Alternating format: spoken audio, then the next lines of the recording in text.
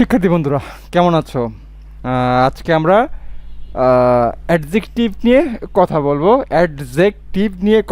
অ্যাডজেক্টিভের কিছু কোয়েশ্চেন নিয়ে কথা বলবো, যে কোয়েশ্চেনগুলো আমাদের বিসিএসের পরীক্ষা, বিভিন্ন চাকরি, ব্যাংকের পরীক্ষা বা বিমা, মানে যত রকমের ইন্টারভিউ আছে, যেগুলো চাকরি পরীক্ষা, মেডিকেলে ভর্তি হওয়ার পরীক্ষা, ঢাকা ইউনিভার্সিটি সহ বিভিন্ন জায়গায় যে ভর্তি পরীক্ষা যে কোশ্চেন আসছে, যেগুলো অ্যাডজেক্টিভ সংক্রান্ত, ওগুলো নিয়ে আমরা কথা বলবো। এটা আমাদের অ্যাডজেক্টিভের 1 নম্বর ক্লাস।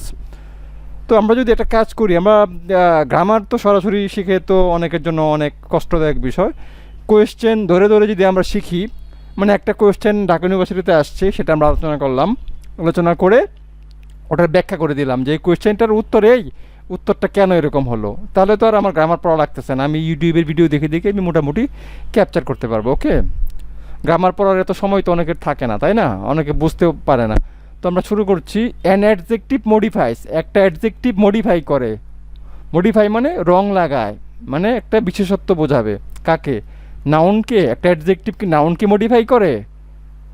মানে নাউনের দোষগুণ বোঝায়, মানে নাউনকে লিঙ্ক করে কিনা। একটা অ্যাডজেক্টিভ একটা শব্দ, যে শব্দটা কি নাউনের সঙ্গে জড়িত, নাকি ভার্বের সঙ্গে জড়িত, নাকি প্রিপোজিশনের সঙ্গে জড়িত, নাকি অ্যাডভার্বের সঙ্গে জড়িত, কার সঙ্গে জড়িত?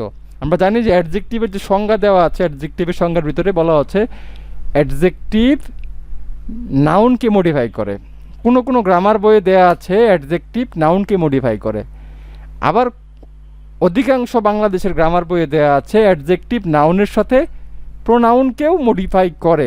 কিন্তু আমাদের এখানে কিন্তু দেওয়া নাই। এখানে দেওয়া আছে ভার্ব, প্রেপোজিশন, অ্যাডভার্ব আর নাউন। সুতরাং যদি প্রশ্নের ভিতরে শুধু নাউন দেওয়া থাকে, তাহলে আমরা বলবো যে অ্যাডজেক্টিভ নাউনকে মডিফাই করে। বুঝতে পারলাম? আচ্ছা, এটা আমরা বুঝতে পারলাম যে অ্যাডজেক্টিভ নাউনকে মডিফাই করে। দ্বিতীয় প্রশ্নে চলে যাই। অ্যান অ্যাডজেক্টিভ কোয়ালিফাইস আর মডিফাই একই জিনিস। Noun, pronoun, verb, adverb. এইখানে একটা মজার বিষয়, খুবই মজার বিষয়। এটা তোমাদের অবশ্যই জানতে হবে, না জানলে অনেক ক্ষতি হয়ে যাবে। একটা adjective, an adjective modifies, an adjective qualify করে কাকে? নাউনকে করে, প্রোনাউনকে করে, ভার্বকে করে, নাকি অ্যাডভার্বকে করে? তো কোনো গ্রামার বইয়ে এই দুটোই দেওয়া আছে। নাউনকেও সে মডিফাই করে, আবার প্রোনাউনকেও সে মডিফাই করে। ওকে, নাউন প্রোনাউন দুটোকেই মডিফাই করে। আবার কোনো গ্রামার বইয়ে দেওয়া আছে শুধু নাউনকে মডিফাই করে। তবে অ্যাডজেক্টিভ প্রধানত নাউনকে মডিফাই করে। বড় চিন্তা করলে যে অ্যাডজেক্টিভ নাউনকে মডিফাই করে। নাউনকে মডিফাই করা যে কথা, প্রোনাউনকে মডিফাই করা একই কথা। কেননা নাউনের পরিবর্তে প্রোনাউন ব্যবহার করা হয়। নাউনের পরিবর্তে প্রোনাউন ব্যবহার করা হয়। প্রোনাউন আসলে প্রোনাউন না, প্রোনাউন আসলে নাউন। কারণ নাউনের সৌন্দর্য বাড়ানোর জন্য প্রোনাউনের আবিষ্কার করা হয়েছে। ওকে, সুতরাং যদি প্রশ্নের ভিতরে দুটো দেওয়া থাকে, নাউন প্রোনাউন, আমরা শুধু না বলবো যে নাউন, এটা বলবো না। আমরা বলবো অ্যাডজেক্টিভ নাউনকে মডিফাই করে। ওকে, তাহলে এটা বাদ, এটা বাদ, এটা বাদ। আচ্ছা, গেল। মানে কোনো গ্রামার বইয়ে বলা আছে অ্যাডজেক্টিভ নাউন এবং প্রোনাউন দুটোকেই মডিফাই করে। আবার ম্যাক্সিমাম বাংলাদেশের বইয়ে বলা আছে, মানে কিছু বইয়ে বলা আছে যে অ্যাডজেক্টিভ শুধু নাউনকে মডিফাই করে। কিন্তু বাংলাদেশি লেখকদের অধিকাংশ বইয়ে বলা আছে যে অ্যাডজেক্টিভ নাউন এবং প্রোনাউন দুটোকেই মডিফাই করে। তাহলে প্রশ্নের ধরন অনুযায়ী আমি উত্তরটা দেব।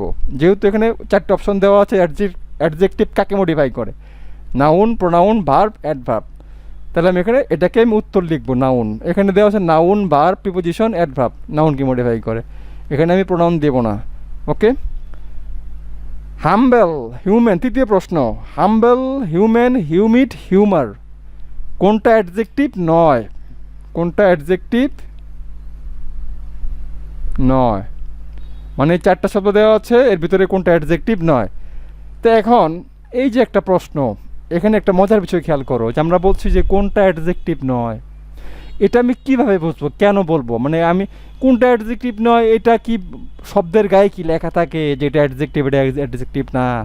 এটা তো শব্দের গায়ে, শব্দটার ভিতরে লেখা থাকে না কোনটা অ্যাডজেক্টিভ আর কোনটা নাউন, কোনটা প্রিপোজিশন। এটার জন্য পড়াশোনা করতে হয়। তাহলে তোমাদের মেডিকেলের ভর্তি পরীক্ষা, তোমরা ইংলিশে অনেকে কাঁচা, তাহলে আমি তো মেডিকেলে পড়িনি, তাই না? আমি ইঞ্জিনিয়ারিং পড়েছি, তাহলে আমি এগুলো বুঝি কীভাবে? আমার তো বই দেখা লাগে না, প্রশ্ন দেখলে বুঝতে পারি কোনটা অ্যাডজেক্টিভ কোনটা নাউন, কারণ আমরা আমাদের সিলেবাসে আমরা গ্রামার পড়েছি। গ্রামার অংশ আমাদের আলাদা, শুধু গ্রামারই পড়ানো হতো আমাদের সিলেবাসে। বর্তমান সিলেবাসে আলাদাভাবে গ্রামার পড়ানো হয় না, সেই জন্য বর্তমানের স্টুডেন্টরা গ্রামারে অনেক দুর্বল।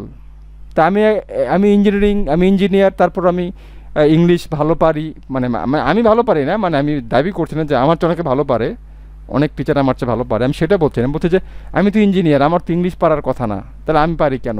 আমি পারি এই জন্য যে আমি গ্রামারের উপর জোর দিয়েছি, ভোকাবুলারির উপর জোর দিয়েছি। তোমরা ভোকাবুলারি শিখবে, গ্রামার শিখবে। তো যাই হোক, আমি যেটা বলতে আমি বুঝবো কীভাবে যে এখানে 4টা শব্দ দেওয়া আছে, হাম্বল, হিউম্যান, হিউমিড, হিউমার। এই 4টার ভিতরে কোনটা অ্যাডজেক্টিভ নয়? আচ্ছা, আমরা একটু বিবেচনা করি।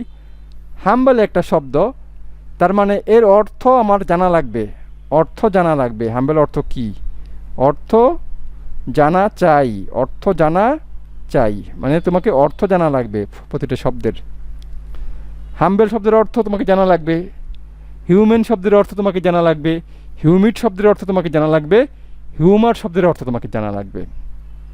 যদি জানা থাকে তাহলে তুমি সহজেই বলে দিতে পারবে যে এটা অ্যাডজেক্টিভ নয়। ওকে, এটা হচ্ছে গিয়ে 1 নম্বর সূত্র, তোমাকে শব্দের অর্থ জানা লাগবে।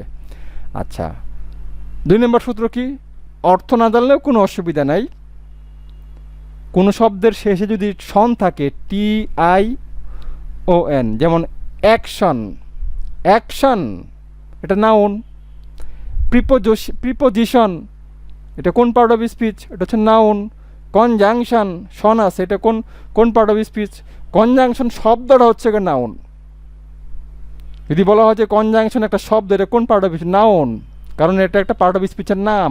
যে কোনো কিছুর নাম মানে হচ্ছে নাউন। সহজ কথা, যে কোনো কিছুর নাম মানে নাউন, যে কোনো কিছুর নাম মানে নাউন। ওকে, দোষের নাম নাউন। হ্যাপিনেস, ওকে, হ্যাপিনেস মানে কি? সুখ, সুখের একটা গুণের নাম হ্যাপিনেস, সুখ মানে নাউন। আর সুখী অ্যাডজেক্টিভ। বুঝতে পারলাম? ওকে, আচ্ছা, এখন দেখো, হাম্বল অর্থ জানা চাই, হিউম্যান শব্দের অর্থ জানা চাই, হিউমিড শব্দের অর্থ জানা চাই, হিউমার শব্দের অর্থ জানা চাই। হাম্বল অর্থে বিনয়ী অ্যাডজেক্টিভ, হিউম্যান অর্থ মানবিক, যার ভিতরে দয়া মায়া বেশি, মানবিক গুণ সম্পন্ন মানুষকে বলা হয় হিউম্যান। হিউমিড মানে ব্যবসা গরম, যেসব জায়গার ভিতরে ব্যবসা গরম জায়গাকে বলা হয়, ব্যবসা গরম যেসব জায়গা, ওইসব জায়গাকে হিউমিড বলা হয়। ভেজা, স্যাঁতস্যাঁতে, মানে আর্দ্র স্যাঁতস্যাঁতে, ব্যবসা, এটা অ্যাডজেক্টিভ। হিউমার শব্দের হচ্ছে নাউন, এটা হচ্ছে মেজাজ, এটা শব্দের অর্থ কি? মেজাজ। টেম্পারমেন্ট মনের যে অবস্থা, এটাকে হিউমার বলে, মানসিক অবস্থাকে বলে হিউমার। তাহলে এটা অ্যাডজেক্টিভ, এটা অ্যাডজেক্টিভ, এটা অ্যাডজেক্টিভ। আমি এই শব্দটার অর্থ আগে থেকে জানি, এই শব্দটার অর্থ আমি আগে থেকে জানি, এই শব্দটার অর্থ আমি আগে থেকে জানি, এই শব্দটার অর্থ আমি আগে থেকে জানি, জেনে আমি বুঝলাম এটা অ্যাডজেক্টিভ, এটা অ্যাডজেক্টিভ, এটা অ্যাডজেক্টিভ, এটা হচ্ছে নাউন। হিউমার মানে মেজাজ। আমরা পরের কোশ্চেনে চলে যাই। অব্লিগেটো মানে আমাকে বলতে হবে যে কোনটা অ্যাডজেক্টিভ। আগের কোশ্চেনে ছিল যে কোনটা অ্যাডজেক্টিভ নয়, আর এটা আমাদের বলতে হবে যে কোনটা অ্যাডজেক্টিভ, কোনটা অ্যাডজেক্টিভ আমাকে বলা লাগবে। প্রথমে আসি অব্লিগেটো। এখন অব্লিগেটো শব্দের অর্থ তোমাকে জানা লাগবে, অব্লিগেশন শব্দের অর্থ তোমাকে জানা লাগবে, অব্লিগেটরি শব্দের অর্থ তোমাকে জানা লাগবে, অব্লিগেট শব্দের অর্থ তোমাকে জানা লাগবে। অর্থ জানার পরে তুমি বলতে পারবে যে কোনটা অ্যাডজেক্টিভ আর কোনটা অ্যাডজেক্টিভ না। তো অব্লিগেটো একটা শব্দ, তো অব্লিগেটো শব্দটা মিউজিকের যন্ত্রের একটা অংশের নাম হচ্ছে অব্লিগেটো। সুতরাং এটা হচ্ছে গিয়ে নাউন। অব্লিগেশন বাধ্যতা, কোনো নিয়মকে বলে যেটা করতে মানুষ বাধ্য। বাধ্যতামূলকভাবে কোনো কিছু করলে সেটাকে নিয়ম, কোনো নির্দিষ্ট নিয়মকে বলে অব্লিগেশন, বাধ্যতামূলক মানে বাধ্য। অব্লিগেটরি এটা হচ্ছে গিয়ে অ্যাডজেক্টিভ, অব্লিগেটরি এটা হচ্ছে ভার্ব। তা আমি জানলাম কেমনে? আমি কি বই পড়ে দেখে দেখে মনে করো শিখেছি? না, আগের থেকে এগুলো আমরা জানি। অব্লিগেটো শব্দের অর্থ হচ্ছে মিউজিকের একটা যন্ত্রের অংশের নাম, মিউজিকের সঙ্গে সম্পর্কিত একটা যন্ত্রের অংশ, এটা হচ্ছে অব্লিগেটো, এটা নাউন। অব্লিগেশন, এই যে TION আছে, TIO, অব্লিগেশন, TION, এরকম সন থাকলে সেটা নাউন। তারপর হচ্ছে অব্লিগেট,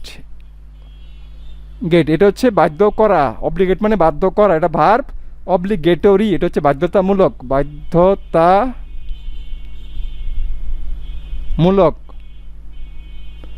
বাংলাতে যদি মূলক থাকে কোনো শব্দ, বাধ্যতা, বাধ্যতা হচ্ছে গিয়ে নাউন, আর বাধ্যতামূলক হচ্ছে গিয়ে অ্যাডজেক্টিভ। বাংলার একটা চেহারা বললাম, বাংলাতে বাধ্যতা, বাধ্যতা এটুকু হচ্ছে নাউন, আর বাধ্যতামূলক এটা হচ্ছে গিয়ে অ্যাডজেক্টিভ। তাহলে এখানে অব্লিগেটরি শব্দটা হচ্ছে গিয়ে অ্যাডজেক্টিভ। পরের কোশ্চেনে চলে যাই। বলা হচ্ছে যে স্ট্রেংথ, স্ট্রেংথ মানে শক্তি। এই যে স্ট্রেংথ শব্দটা আছে এটা হচ্ছে নাউন। এটার এই শব্দটা, এই নাউনটাকে যদি আমি অ্যাডজেক্টিভ বানাতে চাই তাহলে কোনটা বানাবো? More strong, stronger, strong, strongly, চারটা শব্দ আছে। চারটা শব্দের কোনটা হচ্ছে এই শব্দটার নাউন? এটা হচ্ছে নাউন, কিন্তু এই চারটার ভিতরে কোনটা এই শব্দটার অ্যাডজেক্টিভ? মানে এটা হচ্ছে গিয়ে নাউন, কোনটা?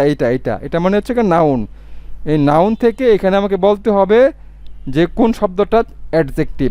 মোর স্ট্রং এটা তুলনা বোঝায় দুইটা বস্তুর ভিতরে, তাও এটা সঠিক হয়নি, ভুল। স্ট্রঙ্গার হবে, স্ট্রং এটা ভুল, এটা না। স্ট্রঙ্গার এটা তুলনা বোঝায়, দুইটা বস্তুর ভিতরে তুলনা বোঝায়, এটা না, এটা হবে স্ট্রং, শক্তিশালী, শক্তিশালী। এটা হচ্ছে গিয়ে অ্যাডজেক্টিভ। কোনটা অ্যাডজেক্টিভ? এটা হচ্ছে গিয়ে অ্যাডজেক্টিভ। কার অ্যাডজেক্টিভ? এই স্ট্রেংথ।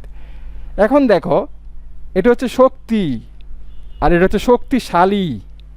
আবার খেয়াল করো, শক্তি, শক্তিশালী, একটা শালী আছে, তার মানে এটা হচ্ছে নাউন আর এটা হচ্ছে গিয়ে অ্যাডজেক্টিভ। ওকে, তো আজকে আমরা অ্যাডজেক্টিভ নিয়ে একটু কথা বললাম। পরবর্তী ক্লাসে আমরা আবার অ্যাডজেক্টিভ নিয়ে আলোচনা করব। আমার টিউটোরিয়াল কেমন লাগলো তোমরা জানাতে দ্বিধাদ্বন্দ্ব করবে না, তোমাদের যা মনে চায়, তবে খারাপ কিছু বলো না, যেটা শুনলে মানুষ হয়তো মনে কষ্ট পেতে পারে। কাউকে কষ্ট দেওয়া উচিত না, কারণ একটা টিউটোরিয়াল বানাতে অনেক কষ্ট হয়। তো এখানে মানবিক দিকটা বিবেচনা করো, যে যদি তোমাদের লম্বা টিউটোরিয়াল প্রয়োজন আমাকে জানাবে, আমি লম্বা লম্বা টিউটোরিয়াল বানিয়ে দেবো। ওকে।